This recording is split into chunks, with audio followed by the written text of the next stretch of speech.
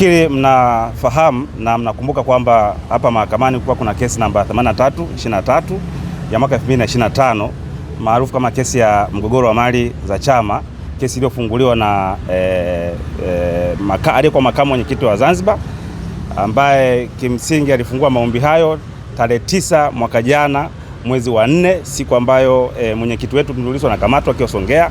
Kesi ikaletwa hapa mahakamani na leo imefikia tamati kesi hiyo. Na kimsingi vile vile mnakumbuka kwamba wakati kesi inaendelea tuliandika barua kwa Jaji Mkuu kulalamika juu ya mwenendo mzima wa kesi hii, na jarada likaitwa mahakama ya rufani. Baada ya kuitwa mahakama ya rufani, mahakama ya rufani ikatoa amri kwamba tusikilize au mahakama kuu isikilize kwanza pingamizi la awali juu ya uhalali wa hati ya mashtaka hati ya madai ambayo ilifunguliwa na Said Issa Mohamed pamoja na wenzake, na tulisikilizwa madai hayo au mapingamizi yetu. Baada ya kusikilizwa mbele ya Mheshimiwa Jaji Ngunyale, na leo madai hayo ya Said Issa Mohamed na wenzake wawili yametupiliwa mbali na mahakama hii. Kwa hiyo hivi tunavyozungumza kisheria sasa, na maombi mengine yote ambayo yanaendana na hii kesi ya msingi nayo yanakufa kifo cha asili. Kwa hiyo shauri hili limeshaondolewa hapa mahakamani bila gharama. Lakini tunaomba tuwakumbushe tu kwamba madai yao yalikuwa ni matatu, kwamba chama kimekuwa kikiwabagua Wazanzibari au wanachama wa Zanzibar kwa maana ya rasilimali za chama au mgawanyo ambao sio sawa wa rasilimali za chama. Vile vile wakalalamika kwamba viongozi ambao ni waandamizi wa chama wamekuwa wakitoa kauli ambazo zinavunja muungano, na vile vile wakalalamika kwamba kumekuwa kuna ubaguzi wa kidini na kijinsia kati ya Zanzibar na Tanzania bara. Lakini sheria inasema kwamba unatakiwa uonyeshe ni muda gani malalamiko yako yameanza. Sasa kwenye hati yao ya madai hawakuweza kuonyesha malalamiko yameanza wakati gani, na mahakama imesema imeshindwa kujua msingi wa malalamiko yao umeanza tarehe ngapi na muda na lini. Sasa kisheria unatakiwa uonyeshe muda ambao malalamiko yao yameanza. Sasa kwa kuwa wameshindwa kuonyesha muda wa hayo malalamiko ambayo nimeshataja, tafsiri yake ni kwamba maombi hayo yanakosa uhalali wa kisheria kuendelea kuwepo hapa mahakamani. Na leo hii ndio tumefika tamati ya kesi hiyo, na sasa chama bado kiko huru kuendelea kufanya shughuli zake za kisiasa. Ndugu wa Tanzania wenzangu na wanachadema wenzangu, siku ya leo, tarehe ya leo ni ya kipekee sana. Kesi hii wakati inaanza namba 83/23 ya mwaka 2025, wakati inaanza, toka awali tulisema kesi hii haikustahili kabisa kuwepo mahakamani. Ni kesi ambayo ilikuwa imetengenezwa, ilikuwa fabricated kabisa na watu ambao wako katika mifumo, na waliwatumia waliokuwa hawa ambao walikuwa ni wanachama wetu na wengine ni viongozi kabisa kwenye ngazi ya bodi kuja kuileta kesi hii ambayo ilikuwa ni kesi batili kabisa. Wakati kesi hii inaanza, mimi pamoja na wakili Edison Kilatu tulikwenda Kigamboni, nyumbani kwa marehemu sasa Mama Maulida Kom. Alituambia kwa maneno yake na akatutajia majina ya watu watatu waliokwenda nyumbani kwake wakimshawishi awe sehemu ya kesi hii, lakini walimpotosha kwamba unasaini nyaraka tu ili Zanzibar ipate mgao wa fedha ambao watu wa Tanganyika wameupata. Mtoto wa huyu mama alinipigia simu mimi akaniambia mama yangu ni mtu mzema amepotoshwa. Kwa tulivyokwenda, huyu mama alinisimulia haya mambo yote na akasaini kiapo cha kusema ukweli. Akanitajia majina ya hao watatu. Akayataja kabisa na akasema wamenipotosha.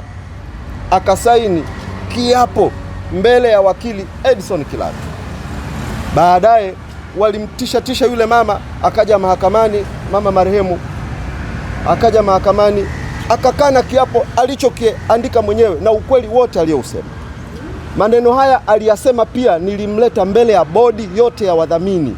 Akasema kesi hii tumelazimishwa tusaini. Ninyi ni mashahidi, Wazanzibari, viongozi na wanachama, jinsi ambavyo walikuwa wanapinga mwenendo huu na jambo hili kwamba hii ni kesi batili. Wazanzibari na hatuna hiyo shida. Sisi tunaishi na tunafanya kazi zetu kama kawaida. Hii ni haki tuliyoistahili. Hii ni haki tuliyoistahili kabisa. Hatuna yoyote hapa wa kumsifu wala kumpongeza. Tulistahili hii haki na hatukustahili kabisa kupitia kipindi cha siku 310 cha kifungo batili ambacho tulikipitia. Tulistahili hii haki na hatukutakiwa kupitia haya yote ambayo tumepitia. Mungu ni mkubwa, Mungu ni mwema, huu batili umeisha. Mungu ni mkubwa na kazi zetu sasa zinaendelea. Mungu ametusaidia, chama chetu kimeendelea kuwa imara pamoja na kifungo hiki. Chama chetu kimeendelea kuwa imara sana sana sana sana. Na baada ya leo kwenye taarifa hii njema, mimi ninaamini na ninaendelea kuwasihi wanachadema wenzangu, umoja wetu na mshikamano wetu uwe mara 2 zaidi. Adui yetu ni moja tu. Tuna kazi ya kukishughulikia Chama cha Mapinduzi. Tusiwaonee huruma hata kidogo. Tutafanya siasa zetu kwa weledi, kwa maarifa, kwa akili zote, kwa nguvu zote, kwa njia za kidemokrasia. Tuwaondoe watu hawa madarakani. Tuwaondoe watu hawa madarakani. Siku chache zijazo tutakuwa na vikao na matukio mbalimbali kama ambavyo tulianza huku bara kwenye matukio ya operation yetu ya katiba mpya Free Lissu. Siku chache zijazo tutakuwa Zanzibar. Pemba tunakuja. Ninawaomba viongozi wa tawi la Ng'ambwa, ile barua mliokuwa mnataka kuileta ofisi ya katibu mkuu, tupo tayari kuipokea. Viongozi wa tawi la Ng'ambwa kule Pemba. Nikisema hivyo mnanielewa ninamaanisha nini. Tawi la Ng'ambwa Pemba, barua mlizotaka kuzileta ambazo zinahusiana na hii kesi ambayo imeisha, basi ofisi ya katibu mkuu iko tayari kuzipokea, na mambo mengine na hatua zingine ziendelee kama kawaida kwa jinsi ambavyo mlikuwa mmejipanga. Mungu awabariki. Asanteni sana Watanzania na Wanachadema kwa jinsi ambavyo mmejitokeza sana katika kesi hii. Watu walikuwa wanasafiri kutoka mikoani, walikuwa wanakuja kufuatilia kesi hii, wanajilipia nauli wenyewe, wanajilipia malazi wenyewe, wanakuja kufuatilia kesi hii, walikuwa wanazuiwa.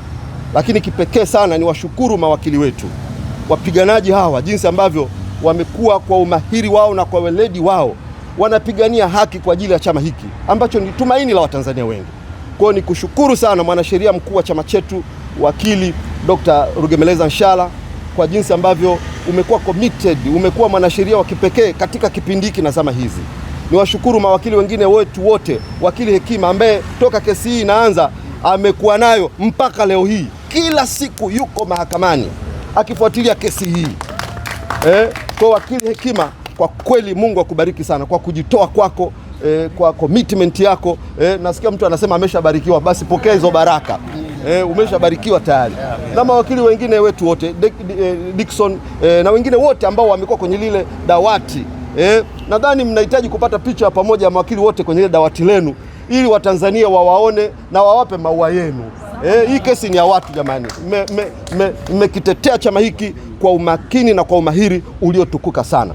Kwa niaba ya chama hiki, viongozi wakuu ambao ninajua kwa taarifa hii itakuwa ni furaha sana kwao, kamati kuu ya chama chetu, wajumbe wa baraza kuu la chama chetu, wajumbe wa mkutano mkuu wa chama chetu, Watanzania wote, tunamshukuru Mungu kwamba hatimaye bendera ya shetani tumeizika chini.